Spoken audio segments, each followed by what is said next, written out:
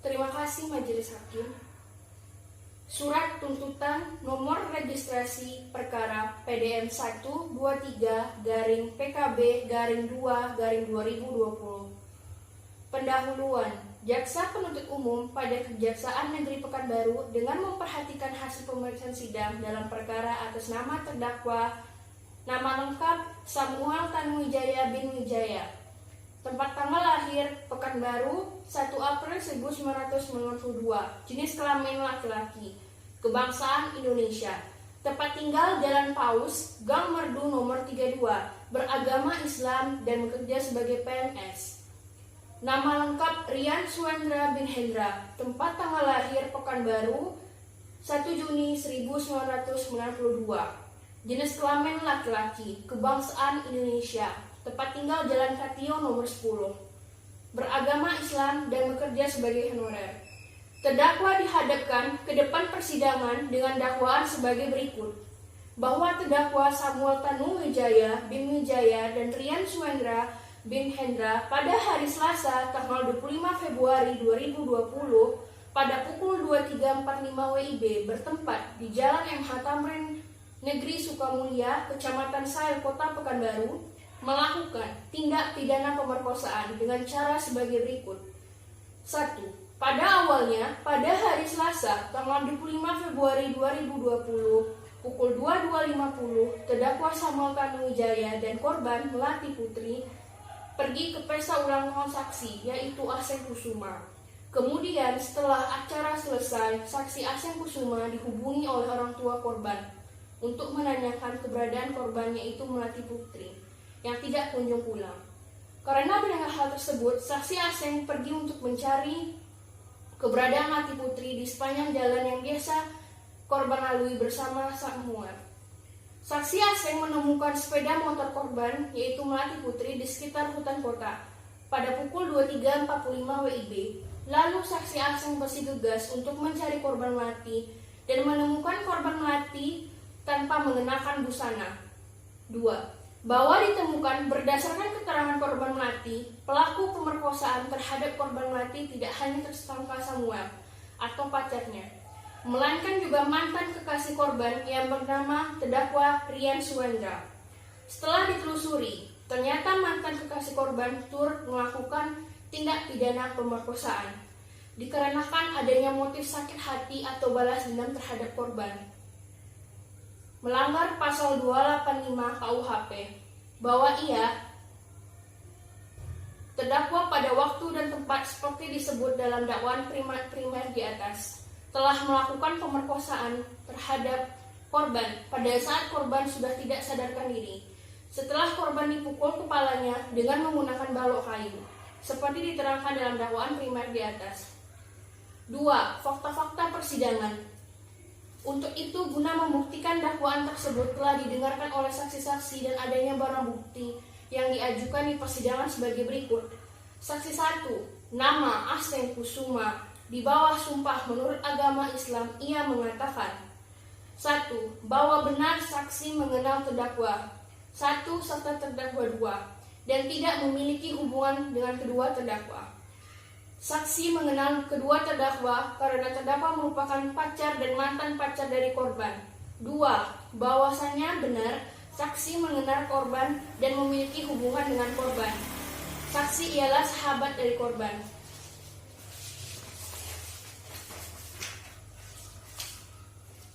3. Bahwa benar saksi yang mencari dan menemukan korban di hutan kota Pekanbaru pada pukul 23.45 WIB. 4. Bahwa benar saksi melihat terdakwa 1 dan terdakwa 2 melarikan diri ketika menemukan korban di hutan kota dengan kondisi korban tidak sadar dan tanpa sehelai busana. Saksi 2, yaitu Hendra Mulyana, di bawah sumpah menurut agama Islam mengatakan: 1. Bahwa benar saksi tidak mengenal terdakwa 1 dan 2 dan tidak memiliki hubungan dengan kedua terdakwa. 2. Bahwa benar saksi tidak mengenal korban dan tidak memiliki hubungan dengan korban.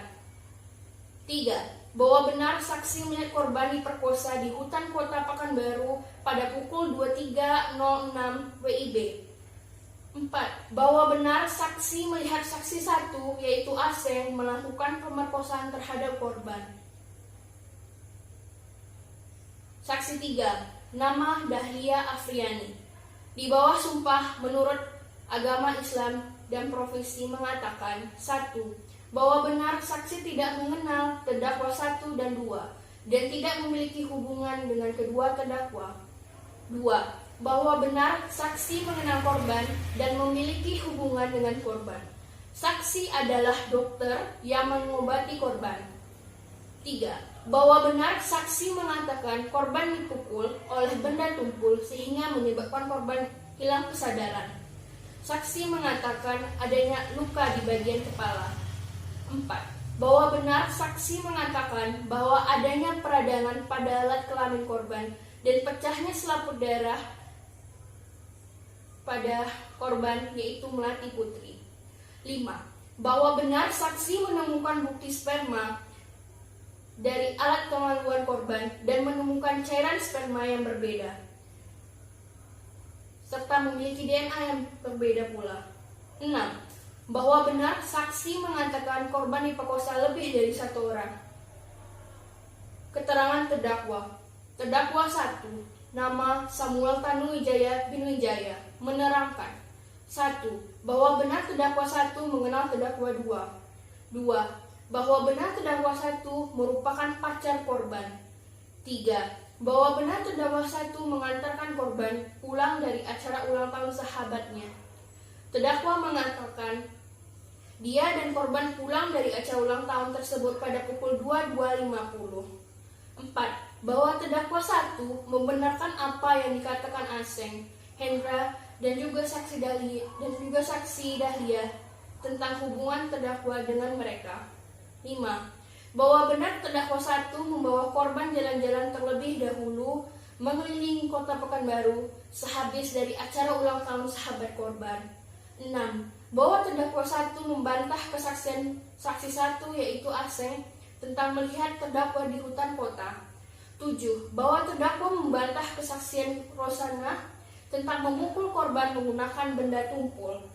8. Bahwa benar terdakwa kehilangan handphone pada malam itu. Terdakwa 2. Rian Suendra bin Suendra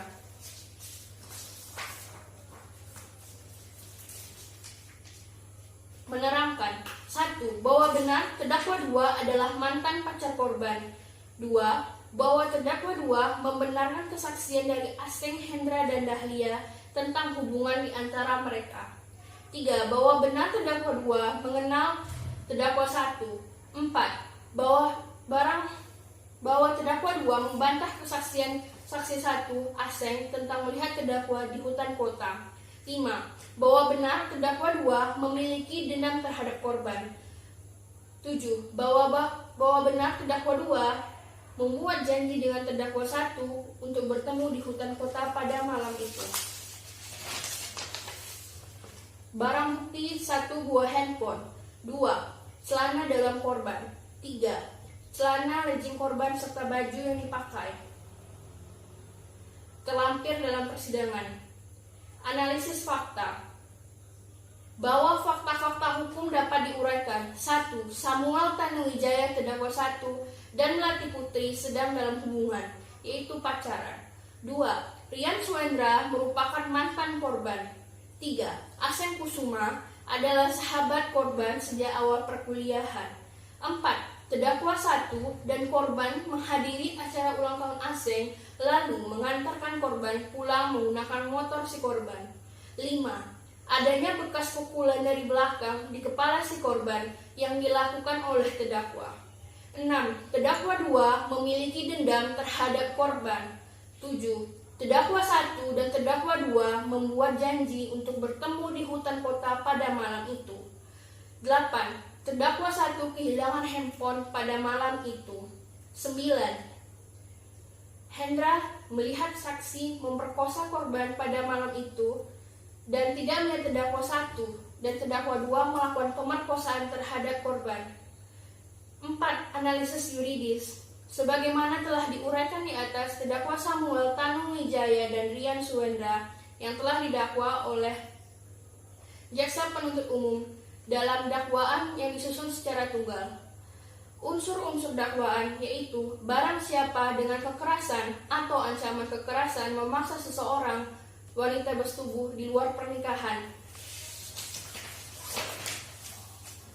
Unsur-unsur. 1. Unsur barang siapa. Barang siapa adalah pelaku yang menimbulkan akibat yang dilarang. Dalam perkara ini adalah terdakwa Samuel Tanuwijaya dan Rian Suendra.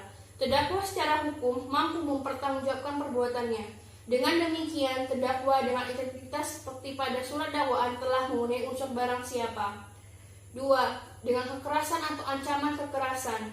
Dengan kekerasan atau ancaman kekerasan, artinya memaksakan suatu maksud atau tujuan yang ingin dicapai dengan menggunakan kekerasan atau ancaman kekerasan.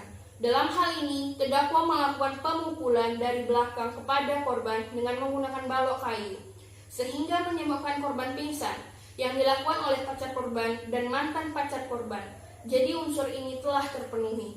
3. Memaksa seorang wanita bersetubuh di luar pernikahan.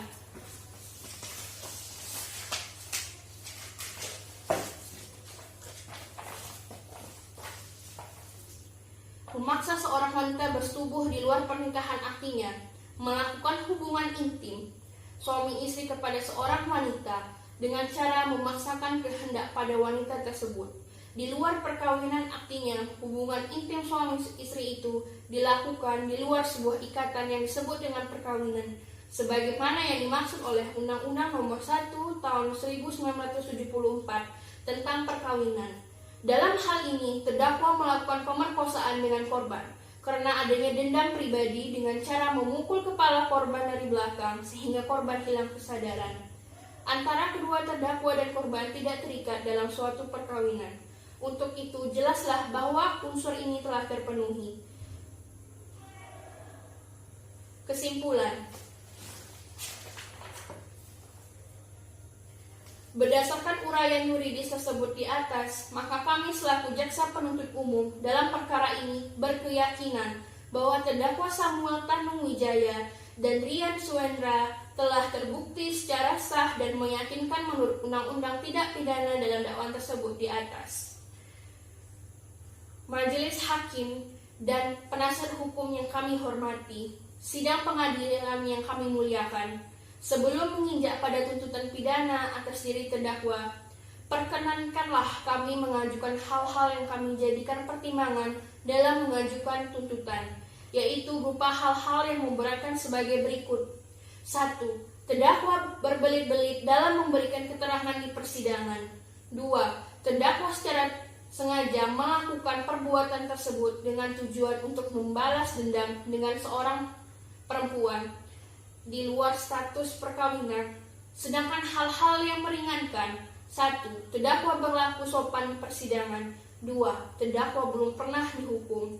Menuntut supaya hakim dan majelis hakim Pengadilan Negeri Pekanbaru yang memeriksa dan mengadili perkara ini memutuskan. 1. Menyatakan bahwa terdakwa Samuel Tanuwijaya dan Rian Suendra secara sah dan meyakinkan menurut hukum melakukan tindak pidana melanggar pasal 285 KUHP dengan kekerasan memaksa seorang wanita bersetubuh di luar pernikahan. 2. Menjatuhkan pidana terhadap terdakwa Samuel Tanuwijaya dan Rian Suendra dengan pidana penjara selama 12 tahun. Menyatakan seluruh barang bukti berupa handphone, pakaian dalam korban, celana legging, serta baju dan juga balok kayu yang digunakan sebagai terdakwa disita oleh negara untuk dimusnahkan. 3. Menetapkan supaya terpidana dibebani biaya perkara sebesar Rp5.000. Semoga Tuhan Yang Maha Esa memberikan kekuatan batin dan keteguhan iman kepada Majelis Hakim Pengadilan Negeri Pekanbaru dalam memutus perkara ini.